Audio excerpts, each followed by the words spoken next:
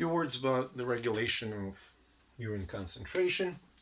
So it's going to be very short and simple. That's the loop of Henle for juxtamedullary nephron.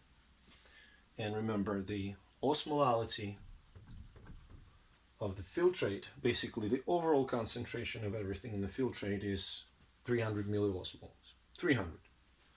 So as the filtrate goes down the loop of Henle, what is reabsorbed first? First, it's water. And this is what's called obligatory water reabsorption. It always happens. As water gets reabsorbed, the osmolality of the filtrate increases, and it reaches 1200 at the very bottom. Now, as the filtrate moves up, now it's not water, it's sodium chloride that is being reabsorbed. Sodium chloride is reabsorbed. The concentration, the osmolality of the filtrate decreases to 100 milliosmoles. What is fascinating is that as water is being reabsorbed, not only obviously concentration increases, volume decreases. So if we say that volume here is V1 and volume here is V2, then obviously V1 is higher than V2 since we reabsorbed so much water. Now, what is the role for vas erecta, counter current exchanger here? Basically, vas erecta, and I'm going to draw it in a very basic way, okay?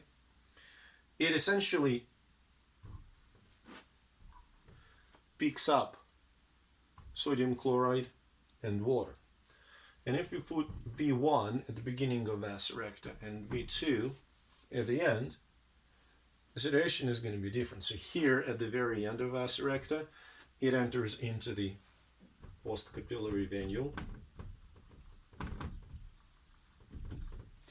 Important thing here is that, think of it this way, sodium chloride is being reabsorbed in a vas erecta, and water is being reabsorbed in the vas erecta. As it happens, in vas erecta, V1 will be less than V2. And since I use the word obligatory reabsorption, there should be facultative reabsorption. Now, facultative reabsorption of water, it occurs in the collecting duct. So basically, this is a collecting duct. Urine flows this way. And as you remember, when osmolality of extracellular fluid, blood osmolality increases, so basically when we lose water, when we dehydrate it, dehydration, ADH levels, and remember ADH is released from posterior pituitary, ADH levels rise, elevated ADH levels lead to the increased water reabsorption in the collecting ducts via aquaporins. Essentially, ADH stimulates aquaporins. So that means water retention. This is in a nutshell the whole process of the regulation of urine concentration.